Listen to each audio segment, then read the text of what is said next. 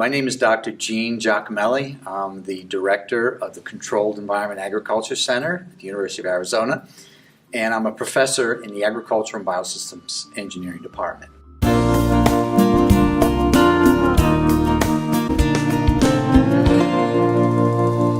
My interest has always been in controlled environment agriculture, fundamentally greenhouses, nowadays indoor growing or growing crops anywhere, even on the South Pole or for NASA for the moon.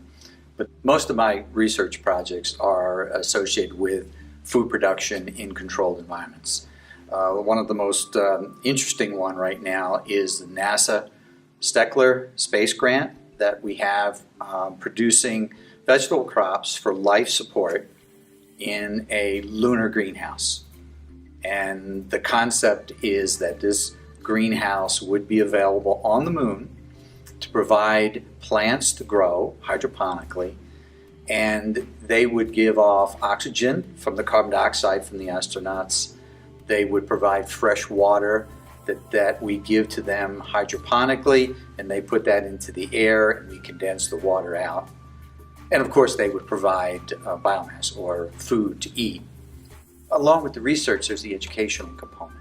And we really try to bring in students and young people to work in our growing systems, to work on the lunar greenhouse, to work in greenhouses, not just to learn how to grow, because that's important to understand what the plant needs to grow, but to understand how to design the system.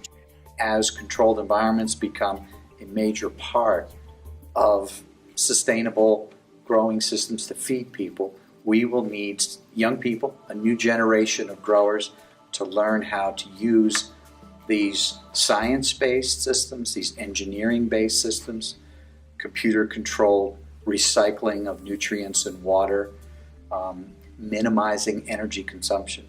All of these combine to make a more efficient system. The information that we generate and the experience that we gather and teach the students will be used in the future, but also immediately. There is a viable commercial business growing vegetable crops in greenhouses today, primarily because the weather is changing. It's unpredictable at the very least, and it's becoming more extreme. So field production is getting more expensive, particularly if you have a major failure. In the greenhouse, you won't have a major failure.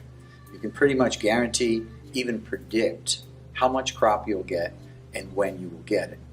So this industry is on the order of 15 to 20,000 acres of fresh vegetables grown in the U.S. today.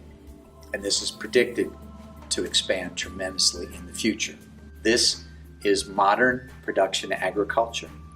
It supplements field production agriculture.